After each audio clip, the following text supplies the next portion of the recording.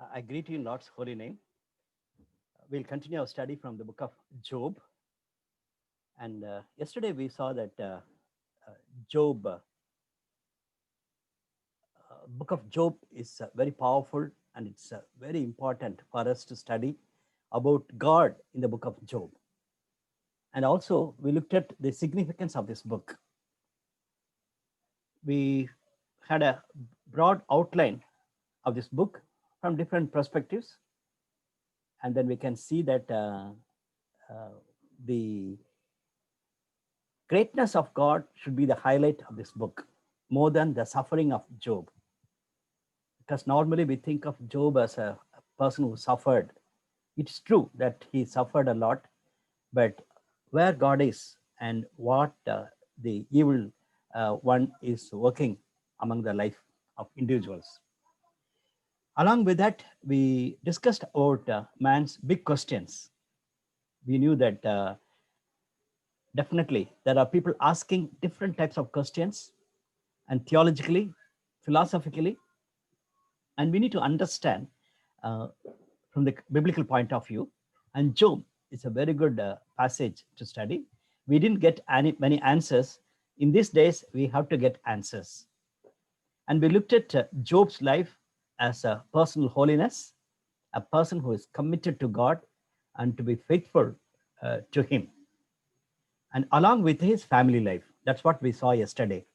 Family life is important. We cannot separate holiness and family life. And Job, who lived before Abraham's time, and he was faithful in confessing his sins, and children and grandchildren should lead a holy life. That was his piety, and that's the way he lived. That's what we saw yesterday. Even not only in good times, even in the tough times, family life is a challenge. That's what we saw yesterday. Chapter 2 talks about different voices. We need to understand different voices who are coming as we live out this life. Ephesians 6 chapter we saw yesterday. We have the spiritual warfare, and the accuser is directly and indirectly accusing us before God. And we have that spiritual warfare. That's what we looked at. And our close family people and the people in the fellowship, they will be talking ill of us. And even they may say that you better you die. To that level, they will quote. But we should not quit. That's what we saw yesterday.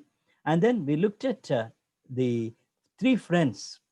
In a situation like that, they took time to come and sit with him for 7 days.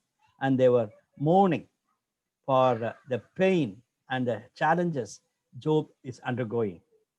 Today, we are going to look at about those three friends.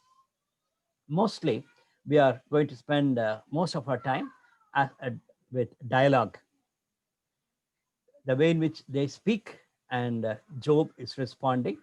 There are three dialogues we can see. We are going to start with the third chapter, where Job could express his feelings. And in the end, Job could speak out, and it was basically a monologue. And there he can justify his stand for Christ, for God, and also his understanding of God is so great.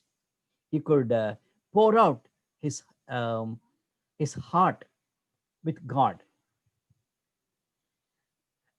A friend who can talk to his friend, like that he has come. In chapter 30, we could see that Job is talking to God as if he's talking to a friend. As we saw in John 15 chapter, Jesus is telling that I don't want to call you as my friend. I don't want to call you as my servant. I want to call you as my friends.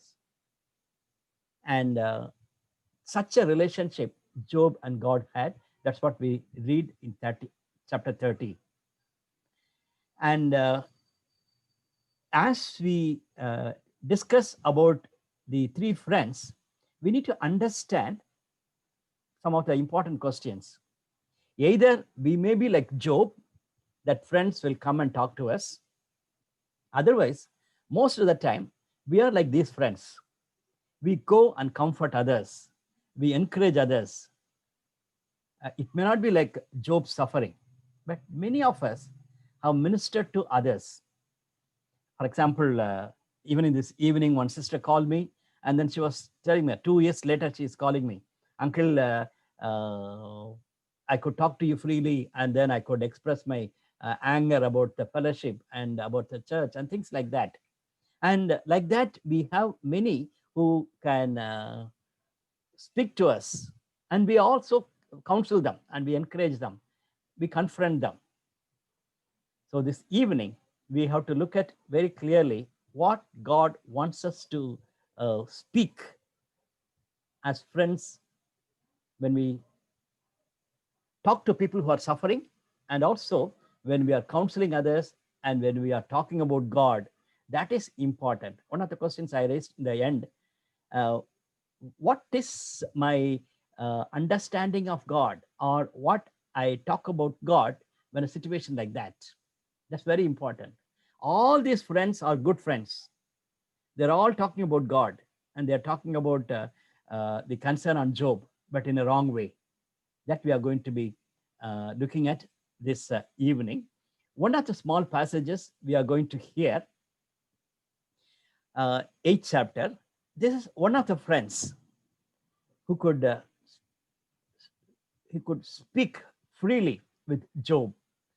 Like this passage only, we are going to look at all the passages where these friends are confronting Job. Let's hear God's word. I'm so thrilled that dear Itishri from Orissa, she is going to read the passage for us. Right after that, I requested dear Titus from Tirupati EU, young graduate, Tirupati EU. Titus is going to lead us in prayer. After that, we will look at the passage. Itasi from Orissa will lead this passage for us. Job chapter 8, verses 1 to 10. Then Bildad the Shuhite replied, How long will you say such things? Your words are blustering wind. Does God pervert justice? Does the Almighty pervert what is right? When your children sinned against him, he gave them over to the penalty of their sin. But if you will seek God earnestly and plead with the Almighty, if you are pure and upright, even now he will rouse himself on your behalf and restore you to your prosperous state. Your beginnings will seem humble, so prosperous will your future be. Ask the former generation and find out what their ancestors learned, for we were born only yesterday and know nothing, and our days on earth are but a shadow. Will they not instruct you and tell you? Will they not bring forth words from their understanding? Thank you. Thank you, Itasi. Now Titus will lead us in prayer.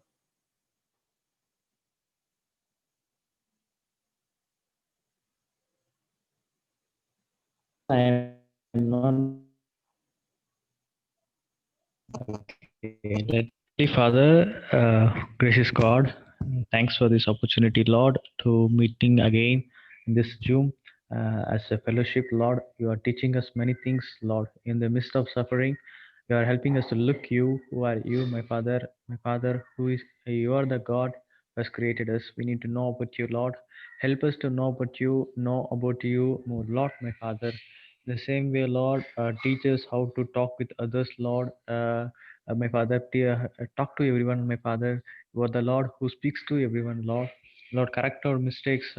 What are the things which we need to speak to others while counseling or while talking to others when they're missed in suffering? Help us to, my Father, learn many things, Lord.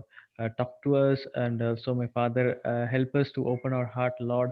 Let us, my Father, help me to to search our heart, my Father. If there is any wrong or if there anything which is against you, please remove it. And also, my Father, help us to store that word of God. Let the word of God not be stolen by the Satan, Lord. Help us and guide us, Lord. Help this session with my Father with a great power and strength of you, Lord. I'm also praying that there should not be any kind of technical issues. My Father, help us to lead the session in a good manner. In the Jesus Christ's name I pray. Amen. Amen. Amen. Thank you so much, Thank you. Titus, for that wonderful, meaningful prayer. I appreciate that. In chapter 3, we see that Job started speaking. In a Bible, you can see that first 2 chapters are prose, And chapter 3 onwards, you can see that it is almost like poem. It's a poetry. That's what we know. And the book of Job is part of wisdom literature and it's part of poetry, basically because it is full of poetry. And we all agree that to express our emotions and ideas, poetry is better. Of course, with stories, we can tell the truth. To express ideas and emotions, poetries are very, very effective. And also, first two chapters, we see that somebody is narrating the story. They're talking about what has happened to Job. But in chapter 3 onwards, we see that Job started speaking. The narrator is not speaking, Job himself started speaking. That's change, we can see that.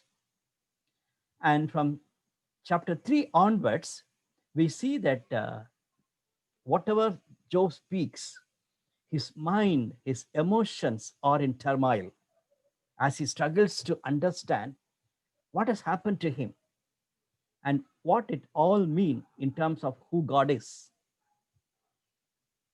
As I said earlier, he knew his God very well, and his relationship with God was very good. But when the way in which things have happened, now his emotions, his mind is completely in turmoil. That we need to understand. Even today, as we see people who are suffering with some illness or with loss of dear ones or loss of job and many other things, and they do not know what's happening. And sometimes one after other, it will happen. That's what normally we note. Even when young people are talking, that's the way we say.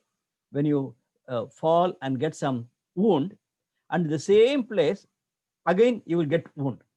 Not in next leg, in the same leg, in the same place, we will get another wound.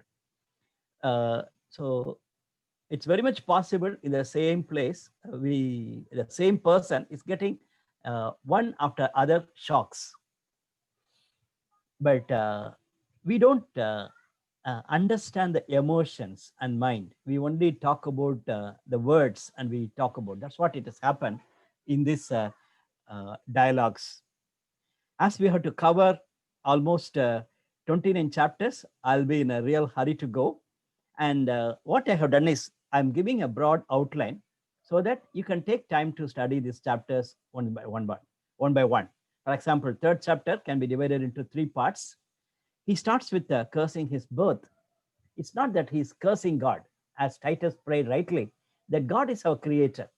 And he's not cursing God. Why did you create me? But he is cursing his own birth because of his emotions.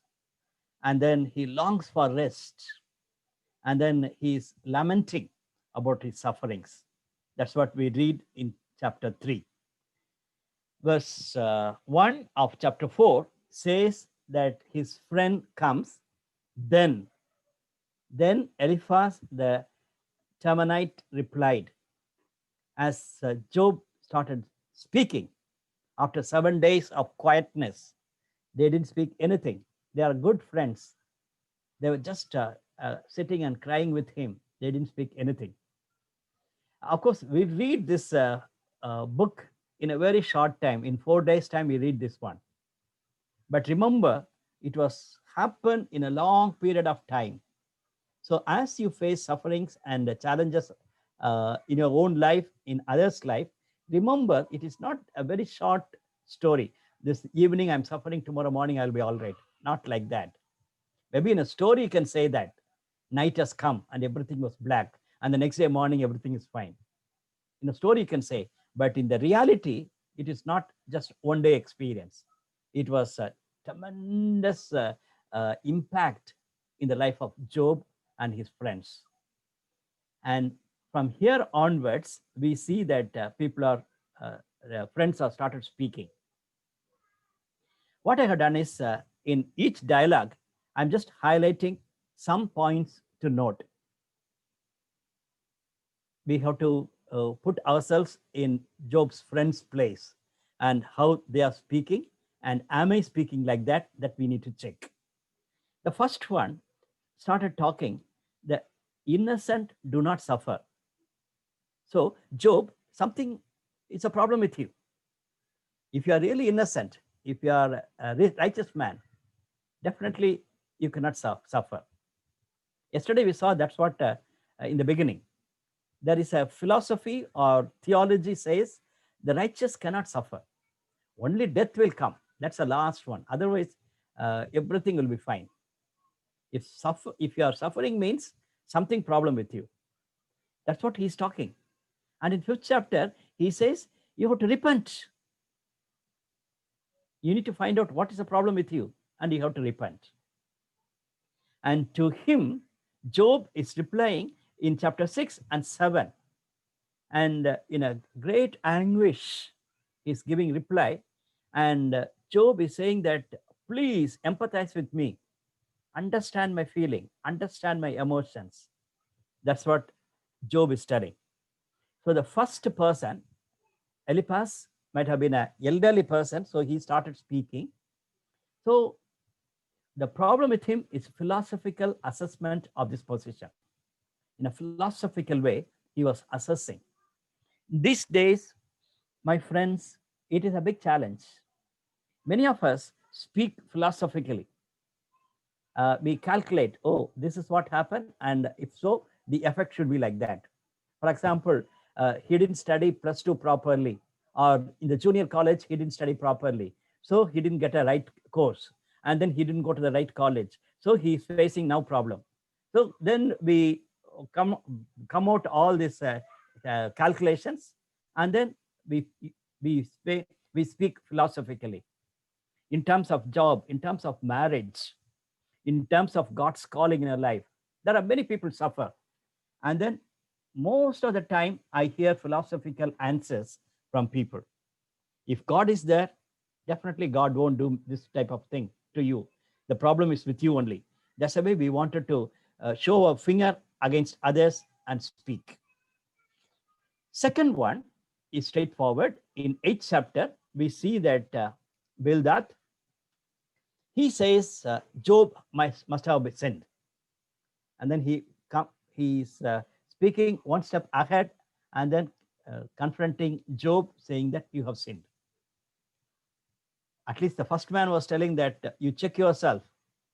And if you are really innocent, you cannot suffer like that. But this man says you have sinned. When you look at 8th chapter, you can see that he is bombarding with statements like that. How long will you say such things? Your words are blustering wind. Does God pervert justice? Does the Lord Almighty pervert what is right? My friend Job, you are not right. And God is a God of justice, and then you have to be, you have some problem. To him, Job replied about God. Chapter 9 and 10, we see that then Job replied, indeed, I know that this is true, but how can a mere mortal prove the innocence before God? How can I prove? And you say that I have sinned, but I'm innocent. I just wanted to, I'm struggling how I'm going to justify or how I'm going to prove my innocence. And then he's talking both in 9th chapter and 10th chapter about God. Very much about the understanding of Job, understanding of God by Job was tremendous. Here, I have noted down, Bildad could say that God does not pervert justice and only does what is right. First man was more of a philosophical, second man was more of religious and more of a spiritual aspect of it. That's a problem we have in our churches, even in our fellowship. There are people make everything spiritualized. And when somebody comes to you and talking about problem, you wanted to have some basic questions. Did you take quiet time today? Did you go to church yesterday?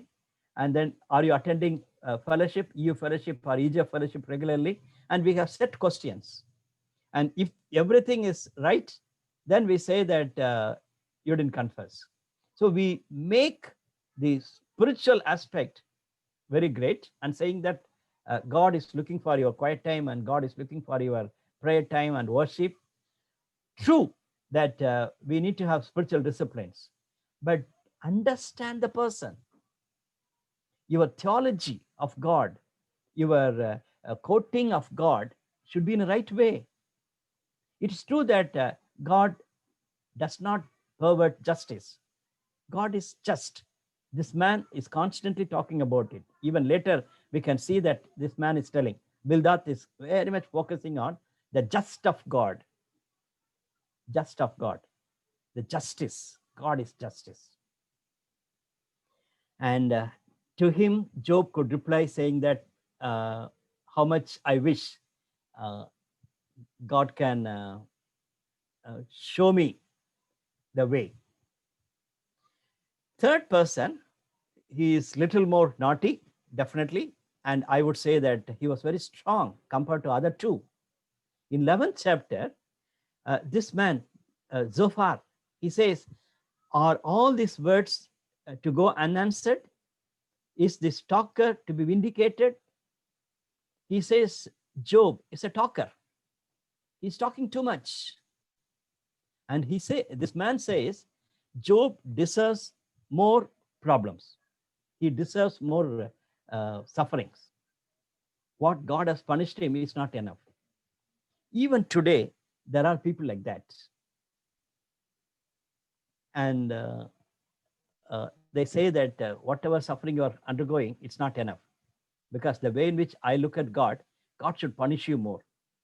Because when you speak to two of my friends, it's bad. That's what we read in this 11th chapter. He is just looking at the exact words of Job, and he's not looking at the dilemma or emotion of Job. My brothers and sisters, even as Titus prayed, today evening, we need to think of it. This is one lesson we have to learn. Job's friends are looking at only the words of Job. They are not really looking at the person of Job, the dilemma he's undergoing. In these days, as I said earlier, there are not people like Job suffering. They have lost everything. But there are many, many people who are with us facing many sort of problems. Believers, leave alone politics, leave alone the outward world and the natural calamities, election results, and many of the challenges we have. I'm talking about believers facing dilemmas, and then the way in which they suffer in their emotions. During that time, how do we speak? Are we judgmental? That's the way I wanted to say. We became very judgmental and say that God should punish you more.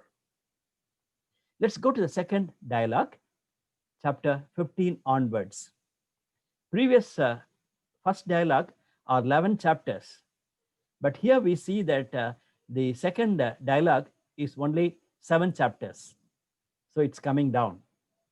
Even third dialogue is lesser than this second dialogue.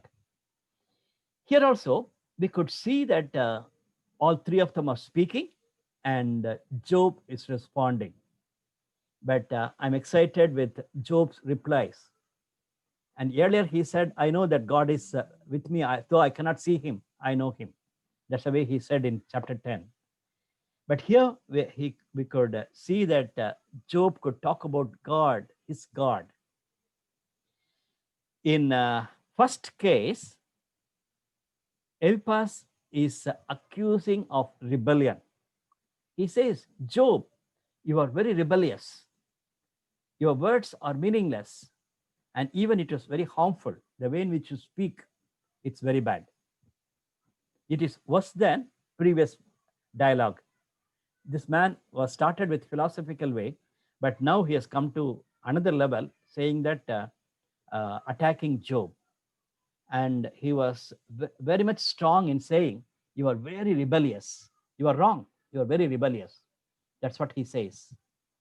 And to him, Job is talking about a mediator. He's talking about an advocate. Look at the two passages, and there he talks about God is with me.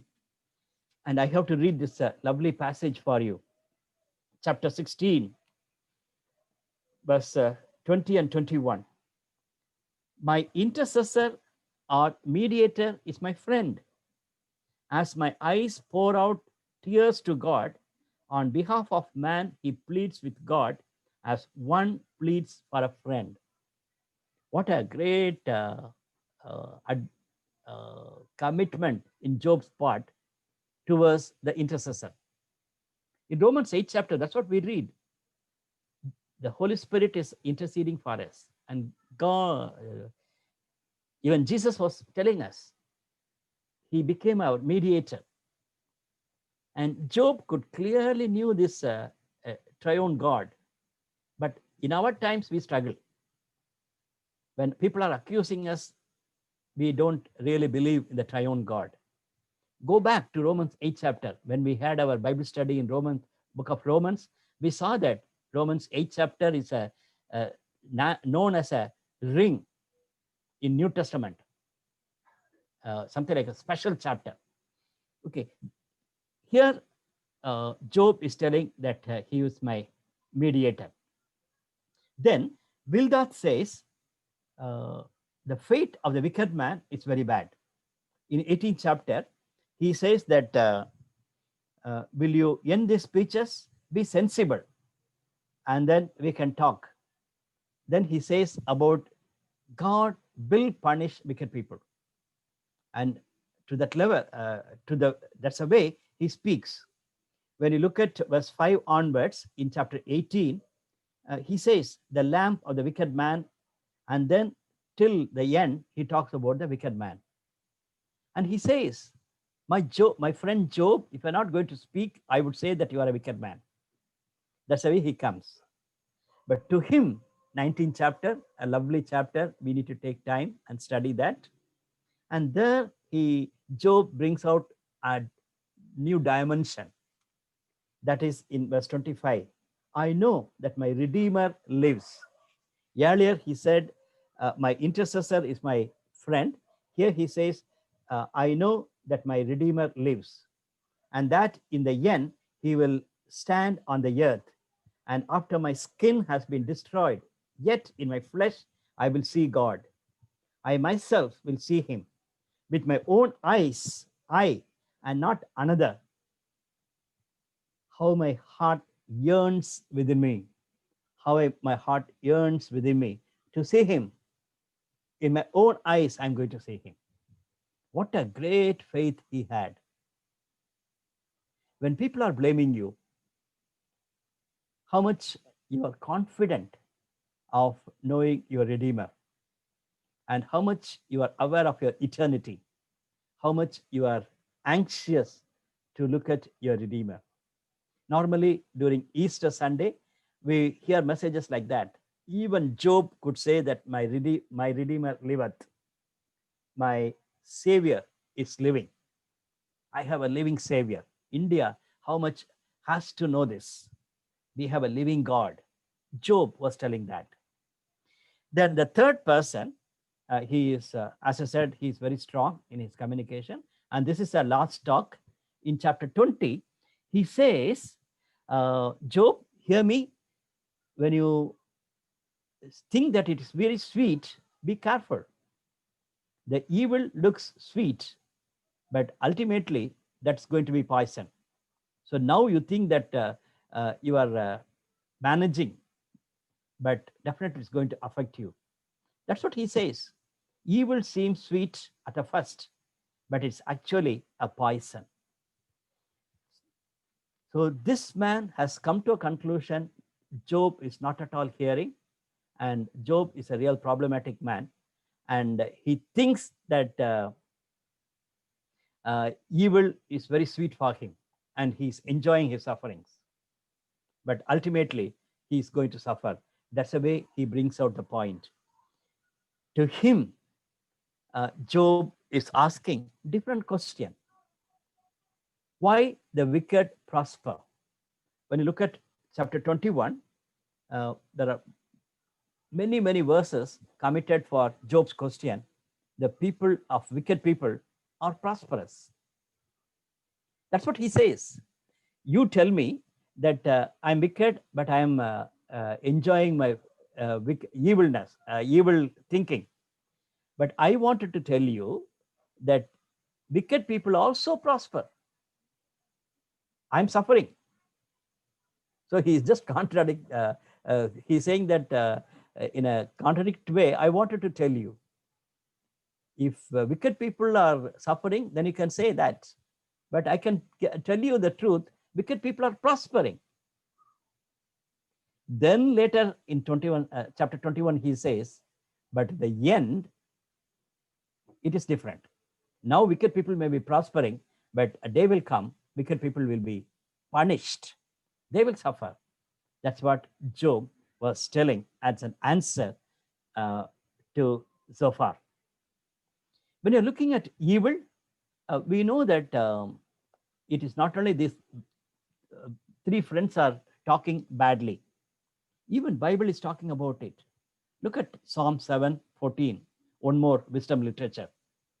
Whoever is pregnant with evil conceives trouble and gives birth to disillusionment. And if you are keeping evil with you, naturally trouble will come. And ultimately, you will lose everything. You remember James, when we studied the first chapter, we saw that.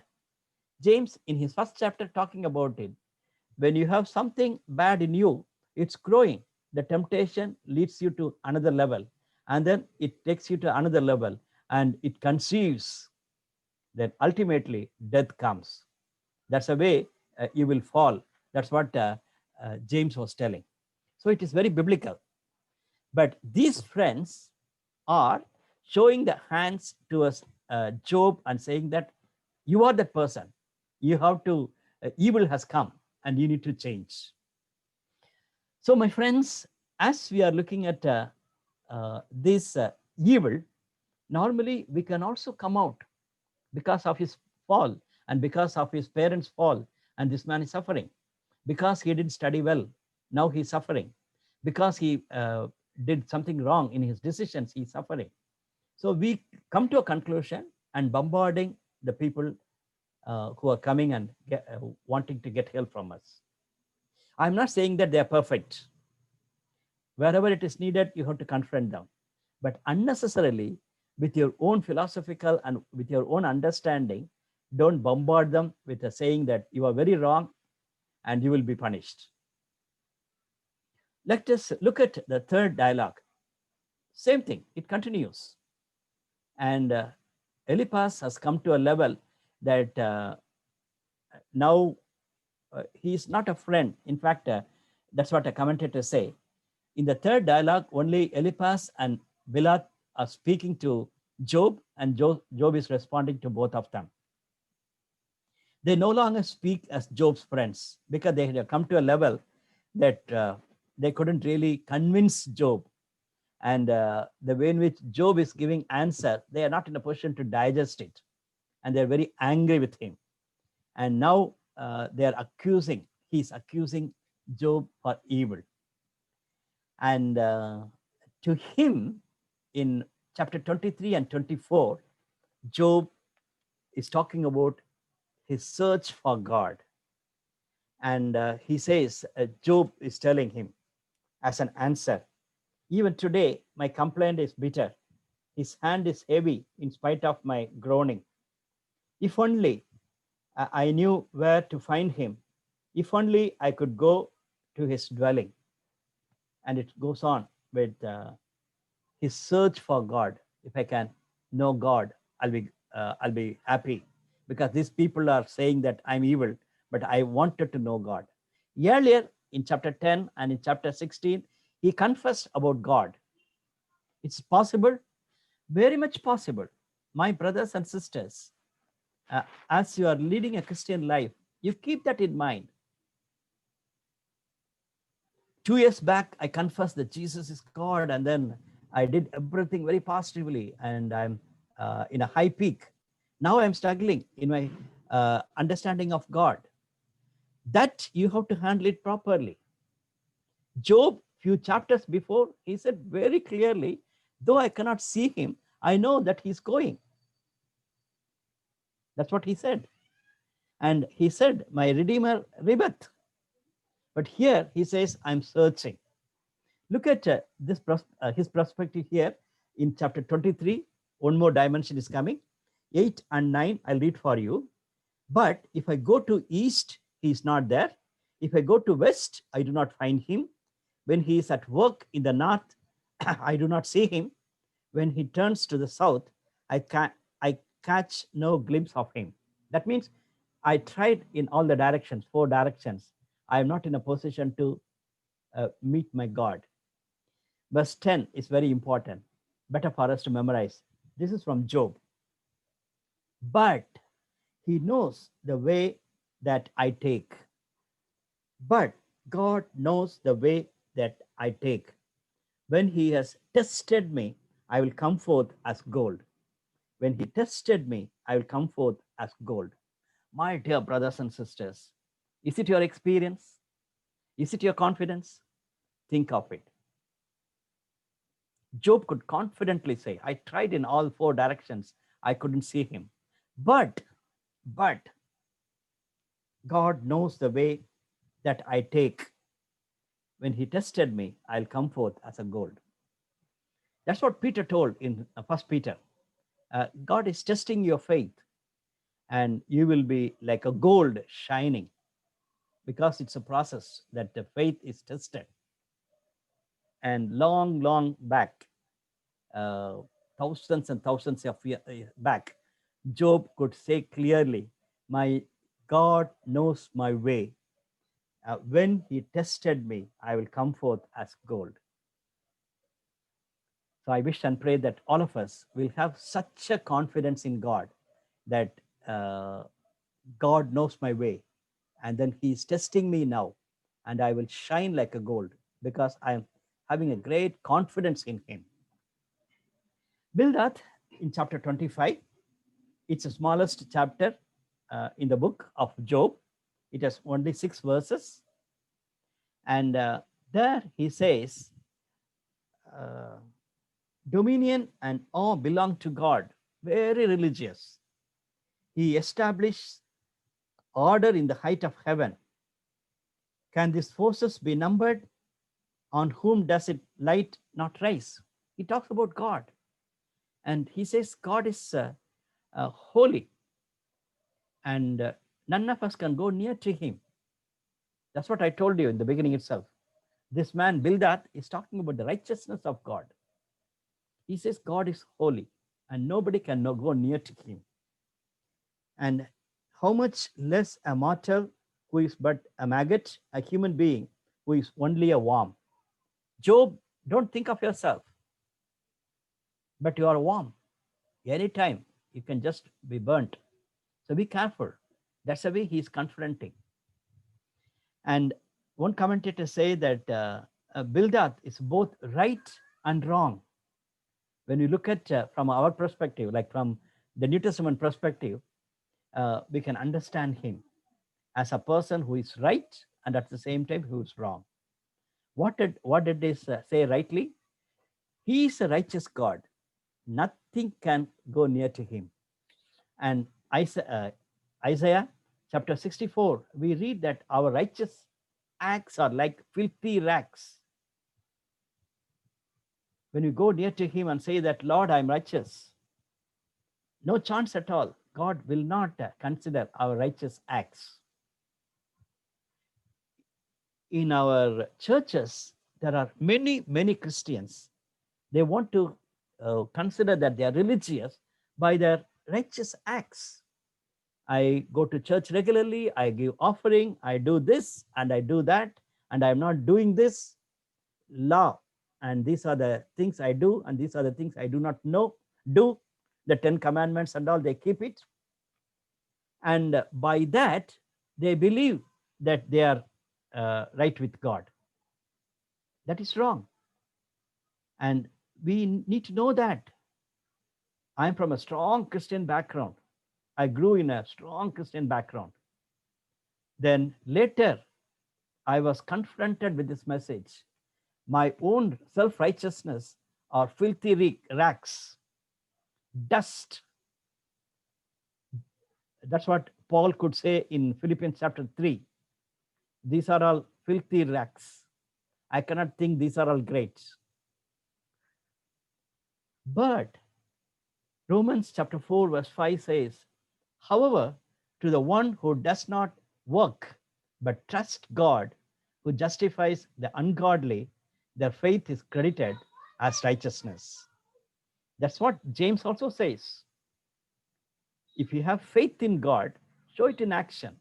That will be righteousness. And he quotes examples from Abraham and Rahab. They had faith and they put it in action. And now they became righteous people. So here I need to stop and say that what is our understanding of righteousness of God? What is the understanding of being justified by God? It's not with my good deeds. It is only with faith I'm saved.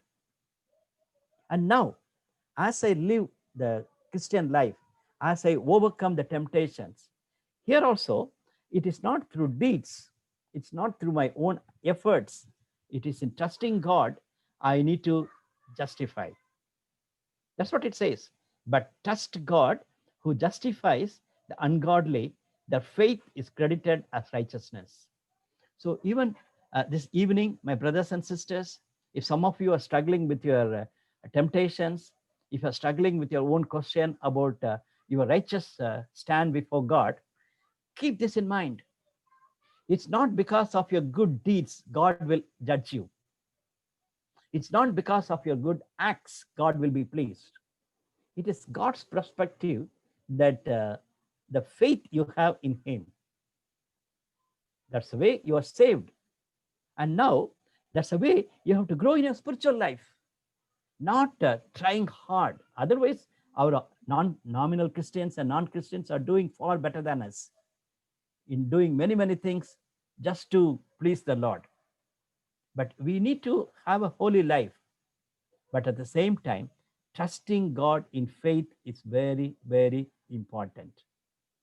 And that's what we look at this evening as we see these two friends are confronting Job.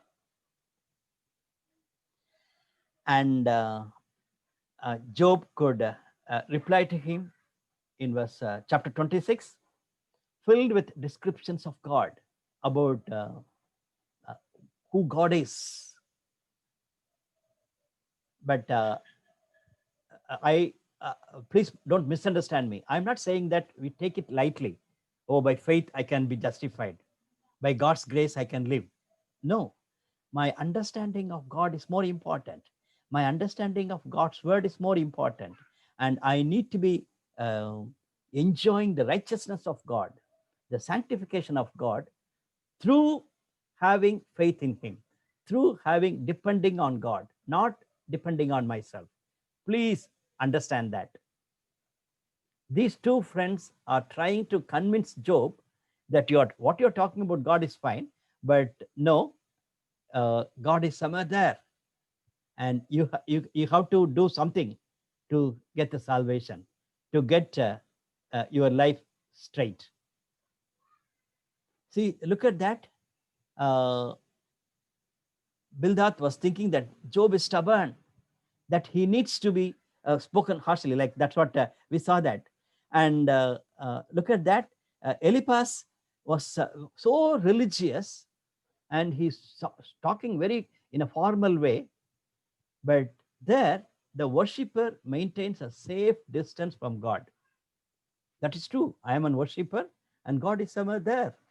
He's holy. I cannot go near to him. But look at the New Testament. Because of Christ Jesus, we have the privilege of going near to him by sending his son, Lord Jesus, into this world. And during Christmas time, that's what we are enjoying this message.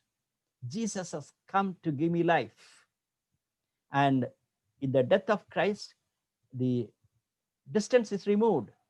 We can go near to God because of the precious blood of Christ.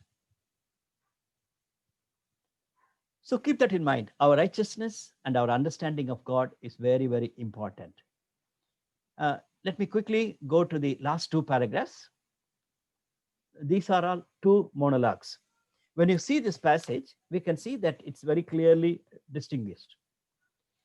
Chapter 26 is a reply of Job to this man.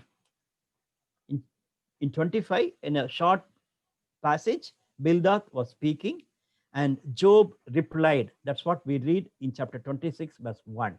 It's clearly mentioned. Then Job replied to him. That's a dialogue. In 27, verse 1, it says, and Job continued his discourses. Job continued his discourse. So in that way, he started speaking. It is a monologue. Then look at chapter 29, verse 1. Chapter 29, verse 1. Job continued his discourse. Job continued his discourse. So I agree with the commentators. It could be two different monologues. Chapter 27 and chapter 28 are part of first monologue, and chapter 29 to 31 is part of second monologue. We are just reading in 5 minutes time, but Job could have spoken in detail. And when you look at chapter 31, in the last verse, the words of Job are ended.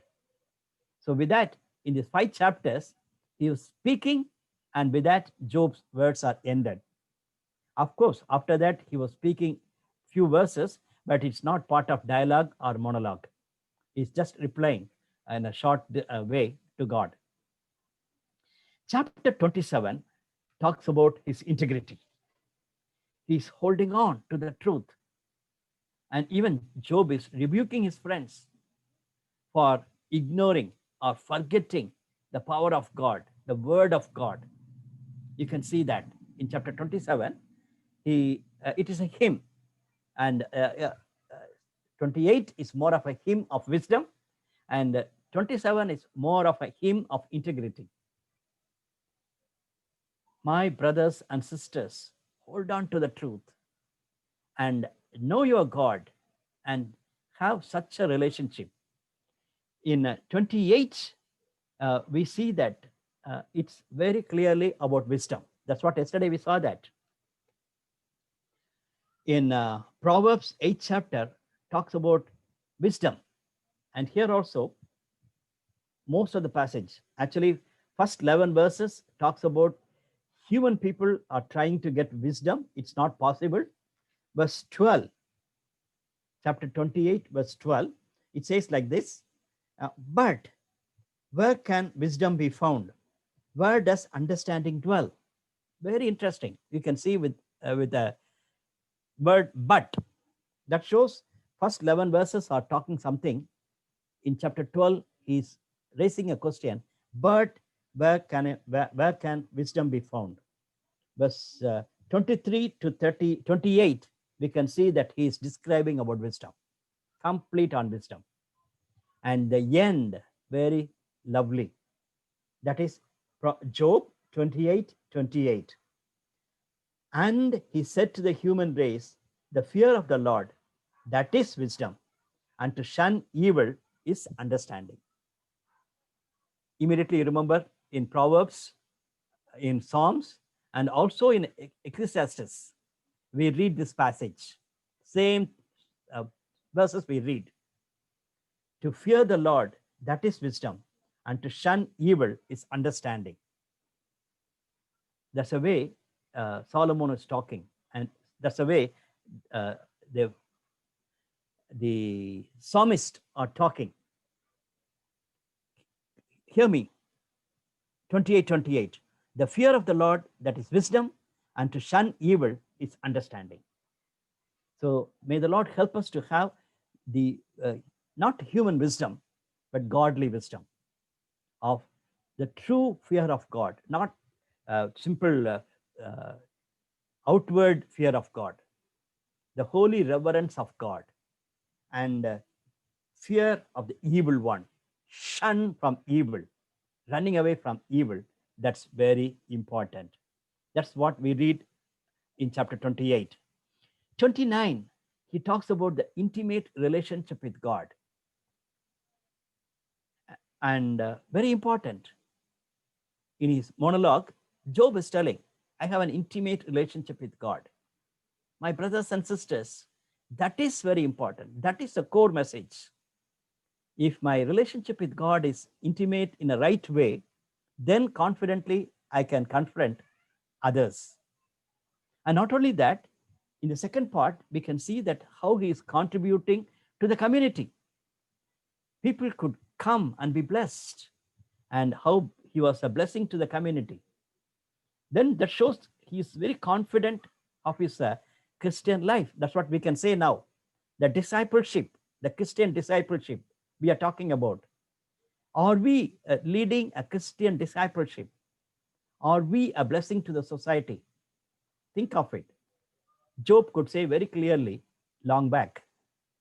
And chapter 30, it is a very powerful chapter in terms of he is talking about the injustice of God's treatment on him.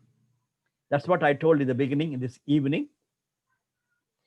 Job could talk to God something like a friend talking. It is not fair, O Lord, to do like that. Is it possible? Possible. That's what I strongly believe. It is not that Job is questioning God. It's not that Job is cursing God, not at all. He's saying that, Lord, the way in which you treat me is not fair. Even this evening, if you suffer a lot, go to God and speak to him as a friend. That's what we read. That's what we sing. Very famous hymn. What a friend we have in Jesus. All my sorrows and all my burdens, I can go and share with him. Take it to God. Take it to God in prayer. That's what exactly Job is doing in chapter 30. Chapter 31, a big passage, 40 verses. He tells God to test him and his works to see whether God can find any sin or wrongdoing. He is standing before God with an open heart and with open mind. Lord, please test me. These friends are talking differently, but you tell me where you see the sin in me, the wrongdoing in me.